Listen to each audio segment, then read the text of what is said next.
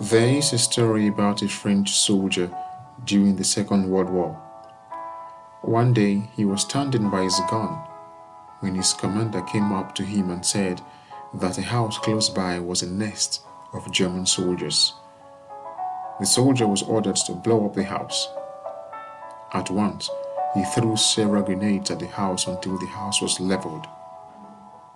His commander was impressed, but as he looked at the soldier, he was surprised to see that he was in tears.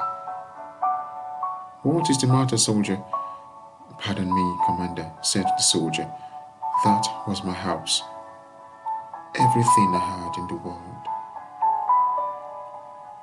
Obedience is one of the virtues of Our Lady. However, some of us think that obedience means being a mindless slave and to accept and do whatever we are told by authorities. But that would not be obedience but compliance. And if God needed mere compliance, He would have created robots, not human beings with free will. In the Annunciation, Our Lady was willing to obey, but she asked for more information, not as a yardstick for her obedience, but as an expression of her willing submission to the will of the Father. Our Lady's obedience changed the course of her life. She was accused of adultery, she gave birth in a manger, her only son was arrested, manhandled, tortured and killed by the police at the age of 33. It was not a bed of roses, but she continued to obey the will of the Father. For the rest of us, her children, we too must face the difficulties of obedience. We must obey our parents, our teachers, our bishops, our religious superiors, and we must obey God. One reason we must defer to those in authority is that those in leadership positions have been given what Catholic tradition calls the grace of state.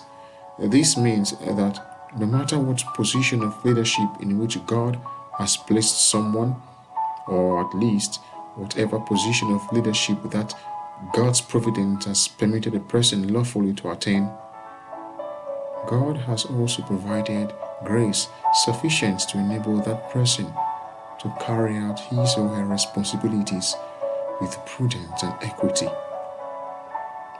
This special grace, the grace of state, entitles them to expect a reasonable degree of obedience from us. And if we generally have reason to obey those human authorities set over us, we have even more reason to obey the will of God. Here, there is no question of occasional incompetence or abuse of authority. God is our infinitely wise Creator who knows what is best for us and what is best for His whole kingdom dawning in this world through His Son. May Our Lady, Mother of Obedience, intercede for us.